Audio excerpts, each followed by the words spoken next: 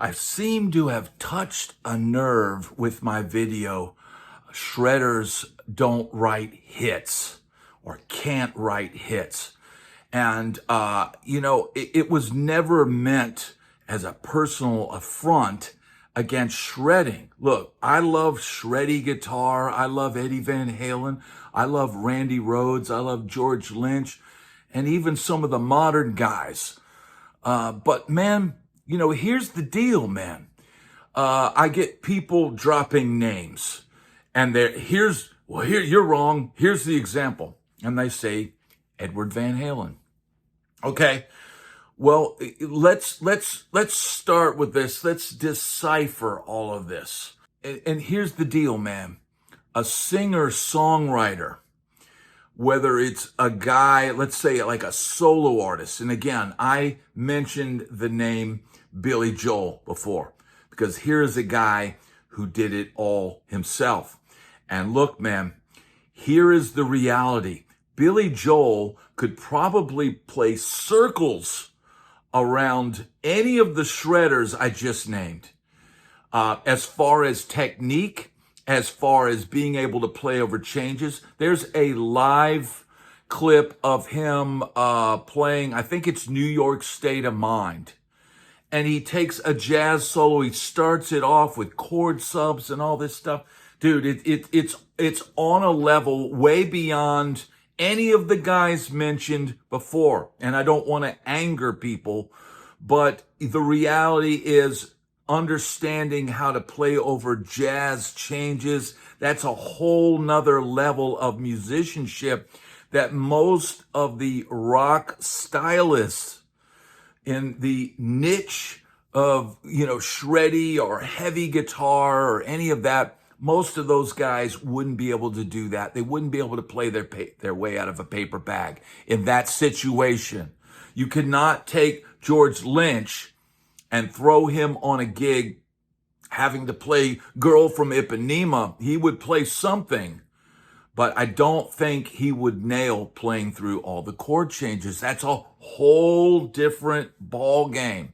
And like I said, man, huge fan of all of those guys. In fact, I just looked up the other day where to, get George Lynch tickets. I wanted to go see him play one last time. I love the way that he plays. I love the way that he phrases. But, there's different levels to this stuff, right? And, you get people saying Eddie Van Halen, right? Well, Eddie Van Halen, without David Lee Roth, who pulled Eddie in a commercial direction in some sense by, saying, hey, I always tried to make sure Van Halen songs had a good beat that you could dance to and all of this stuff. If you'd have just let Eddie jam, in a three-piece band, in a, something like that, and maybe Eddie stayed the singer and whatnot, there's no guarantee. In fact, it's more likely that Van Halen wouldn't have made it. In fact, it was David Lee Roth that said, hey, we should call the band Van Halen. But teaching those guys how to dress and all of those things, without David Lee Roth and then Sammy Hagar, who both of those guys, and I'm not a fan of Sammy Hagar's lyrics, but both of those guys wrote lyrics and wrote melodies that got those guys hits. Could you place Van Halen songs in the singer-songwriter category and claim it as some of the greatest songs of all time? Certainly they're very important songs. Certainly they're very popular songs.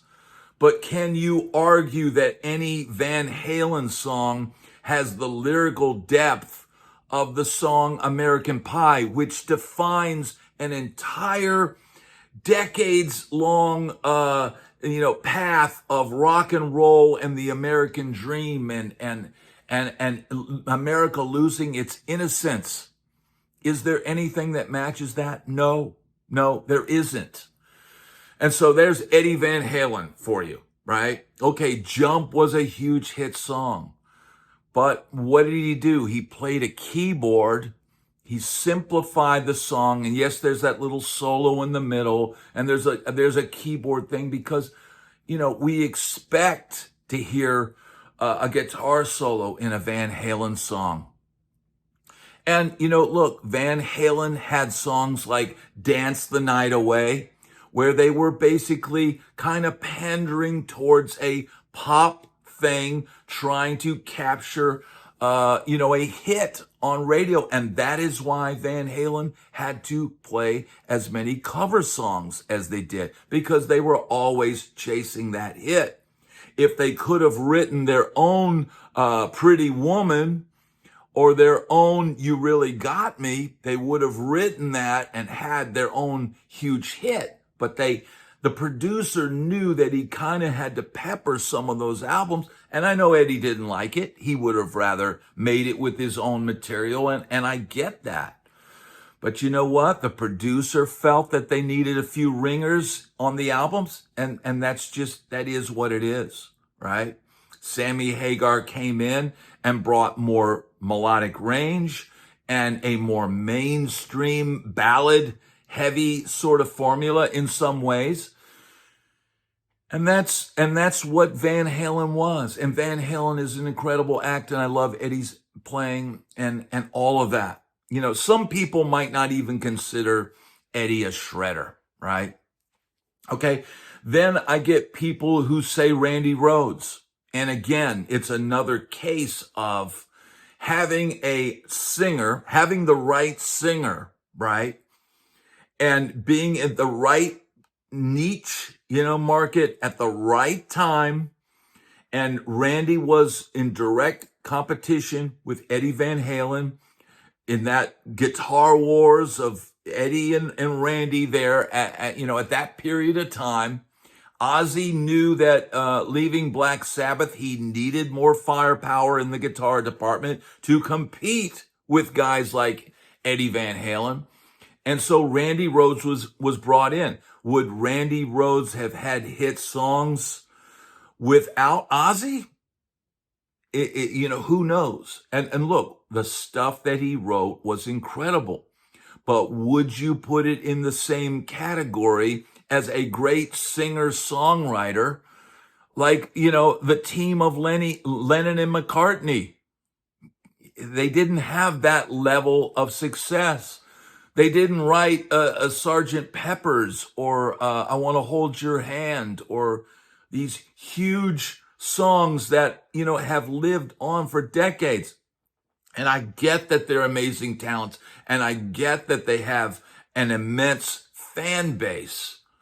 But I can't help but think Eddie without Dave or Sammy, Randy without Ozzy, and being in the right place at the right time, it might have never happened. They wouldn't have started careers as singer-songwriter folk artists or, songwriters for other artists, like somebody like Carole King, who wrote many hits for other artists. That's why songwriters often exist, because there are times when the artists don't have the ability to write great like that. And my point of the video is for people to realize this, right? Not to try to rush to defend these other artists, because they are great artists, but they might not be technically great songwriters, right? I think it's a totally different skill set. And I want to point that out because I want people to be aware of it. If you spent half as much time working on lyrics and titles and melodies as you spent doing this, then maybe you could write an incredible song and somebody will hear it and that thing could take off. That's ultimately the goal of why I made that video. It's why I do these videos on this channel, because I want to help people and guide people, right? Now, people also threw out the name Nuno Bettincourt, right? And Nuno is an incredible guitar player who I think has written some great songs. So you could technically say a shredder has written a hit. More Than Words was a huge hit song. But what did he do in that song? What did he do in the slightly lesser popular hit Wholehearted? He abandoned the shred style for those songs, and he focused on the lyrics and the melody and adopted a singer-songwriter approach. More Than Words could have easily been a song by Simon and Garfunkel. And many people bought that album thinking they were going to get an album of that kind of stuff, right? Extreme Porno Graffiti was one of the most returned albums of all times because many people bought the album after hearing that song, and then they didn't get an album of that type of material. And man, look, I love More Than Words, and I love that album. Porno Graffiti and the guitar playing and Nuno is absolutely incredible. And he may be one of the few examples, but what did he have to do? He had to put aside the shred. Look, there are other guys that might have the ability to shred. Billy Joel could do this all through his songs and do chord subs and piano runs through every single song, but he always plays whatever the song requires, right? And that's different than somebody that's writing a riff. People will also, say George Lynch, and I'll think George Lynch wrote cool riffs, right? But I don't know that he wrote the lyrics or the melodies for these songs that were, hits for them in a niche market, right? Another name that gets thrown out is Eric Johnson, and they'll say Cliffs of Dover. Okay, Cliffs of Dover was a bona fide instrumental hit, right? Just like Wipeout was a instrumental hit, in the 60s, right? Or the theme to Hawaii Five-0, that was a hit. Was it number one on the charts? I don't think so, right? But that's sort of that's also a niche market, and not everybody is going to want to listen to that. It's not going to necessarily pull at everyone's heartstrings like a great song. Now, I think Eric Johnson has written some great songs that have maybe not done as well as Cliffs of Dover. He had a song, Desert Rose. I think that's a great song, but I just think for whatever reason, I think people started listening to Eric Johnson thinking they were going to hear this Hendrix shreddy stuff, and he did write some great material, but was it easily playable? Not necessarily. So here's another thing to think about. When you're writing songs, your songs should be simple enough that anybody who has basic chord skills and a decent enough voice can perform it. You shouldn't put any intentionally difficult passages in it, because that's going to limit people being able to play the song. There's a lot of songs when I would spend my time in Nashville playing in bar bands and stuff like that. And there's some songs that just, even if we played it one or two times, it wouldn't get put in the set list that much, because there'd inevitably be somebody in the band who was filling in that night and couldn't get through the song.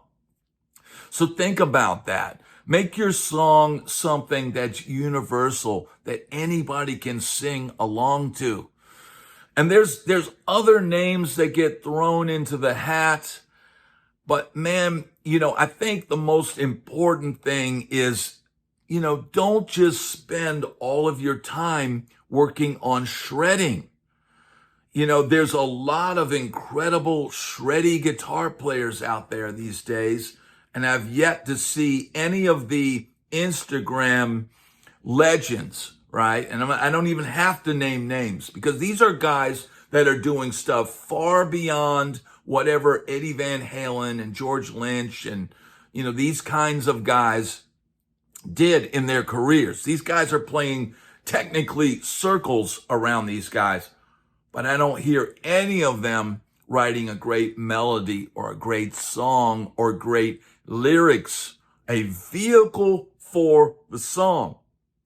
And look, you could argue that Neil Schon played some incredible shreddy guitar parts and guitar solos, but a lot of what he did were also great melodies that you could sing along with whatever the singer was, singing in the song. They were equally hooks, right? Think of the solo in Ain't Talking About Love by Van Halen. That solo is a hook. It's a melody, right? And, Van Halen could shred in 1978. He could out-shred anybody, right? But he also knew at times you've got to play something that the listener can grab onto. But could you argue Ain't Talking About Love is a great song with incredible lyrics that the whole world can embrace? It's an amazing song. It gives you an incredible vibe when you listen to it. And I love the song. But can I say it stands up to some of the greatest, most well-written songs of all time? Probably not. And somebody else in the comments added a point, and I'll make this the last one. But they went to see Steely Dan one night, right? And then Joe Bonamassa the next night. And he said what struck him the most was the songs. Now look, Steely Dan has a whole catalog of songs that people of that age group that grew up listening to that, and it might be the boomers and some of the Gen X and people like that they all can relate to. The Cuervo Gold, the Fine Colombian, Make Tonight a Wonderful Thing. I'm never going back to my old school.